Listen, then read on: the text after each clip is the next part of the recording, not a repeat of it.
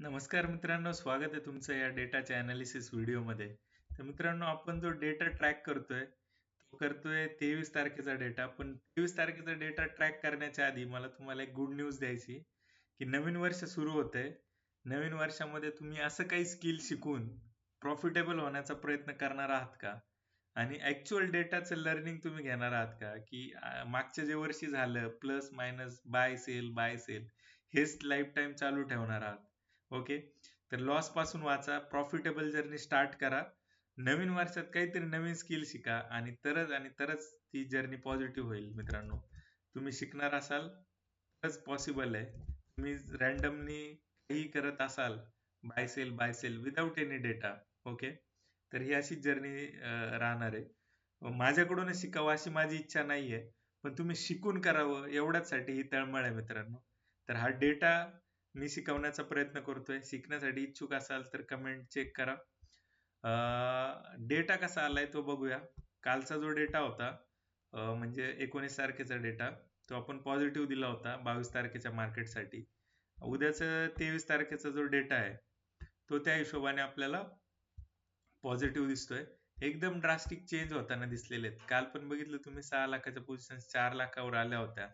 एफ-आयजनी पण बऱ्यापैकी पोझिशन्स त्या ठिकाणी कट केल्या होत्या. प्रो पण एकदम चांगल्या पद्धतीने निगेटिव्ह पासून पॉझिटिव्ह येताना दिसत होता. आता नेट टू नेट पॉझिटिव्ह आलेला आहे. एफ-आयजनी फार हेवी पोझिशन्स कमी करून आता 2.5 लाखाच्या पोझिशन्स आहेत.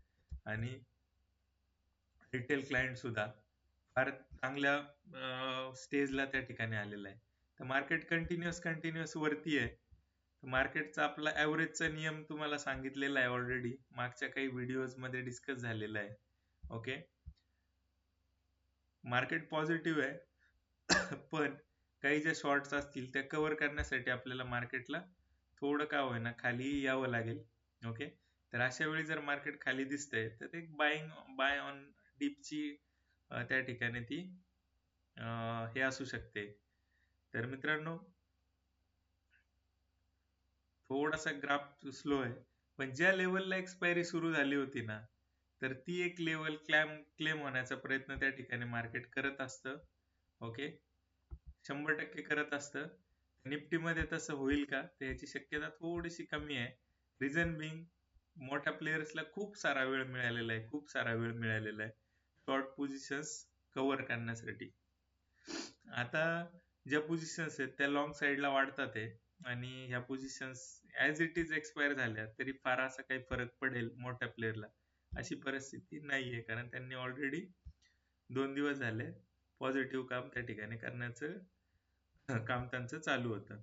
मागची जी एक्सपायरी सुरू झाली ती कुठल्या तारखेला झाली ते बघणं फार इम्पॉर्टंट आहे.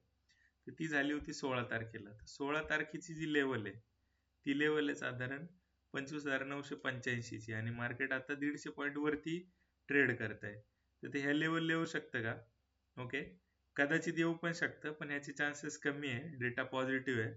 एक साइडवेज राहून जर खाली आलं तर एक डीप जे आहेत ते परचेस होण्यासाठी असतील अशा पद्धतीचं मार्केट आहे मित्रांनो.